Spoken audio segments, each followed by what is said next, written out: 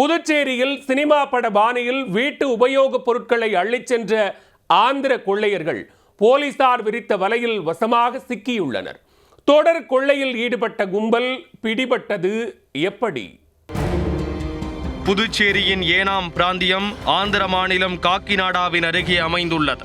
இங்கு கடந்த மார்ச் மாதம் நவாஸ் நகரிலும் மே மாதம் கணபதி நகரிலும் வீட்டை உடைத்து திருட்டு கும்பல் கைவரிசை காட்டியுள்ளது.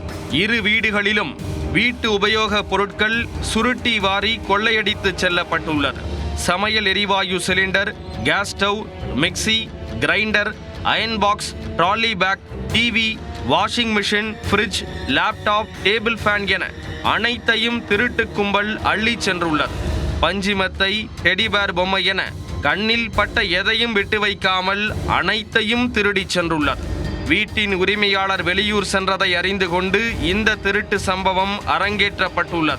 வீட்டு உபயோக பொருட்கள் திருடு போனது தொடர்பாக ஏனாம் போலீசார் வழக்கு பதிவு செய்து விசாரணை மேற்கொண்டு வந்தனர். விசாரணையில் ஆந்திர மாநிலம் காக்கிநாடாவைச் சேர்ந்த ஒருவர் வீட்டின் ஒட்டுமொத்த பொருட்களையும் திருடும் ஃபார்முலாவை ஃபாலோ பண்ணுவது தெரிய வந்தது.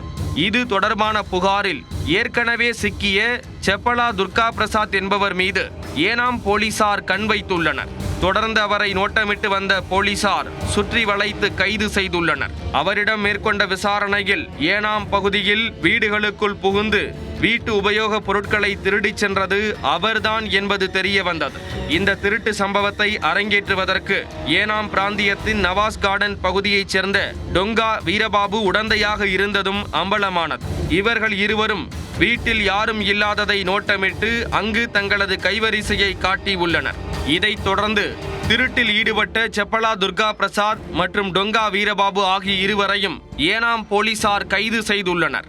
கொள்ளையர்கள் இருவரும் வேறு ஏதும் திருட்டு சம்பவங்களில் ஈடுபட்டுள்ளனரா எனவும் தொடர்ந்து விசாரித்து வருகின்றனர். ஏனாம் பிராந்தியத்தில் வீட்டில் ஆள் இல்லாத நேரங்களில் பொருட்களை திருடிச் செல்லும் கும்பல் கைது செய்யப்பட்டுள்ளதால் அப்பகுதியில் உள்ள பொதுமக்கள் நிம்மதி பெருமூச்சு விட்டுள்ளனர்.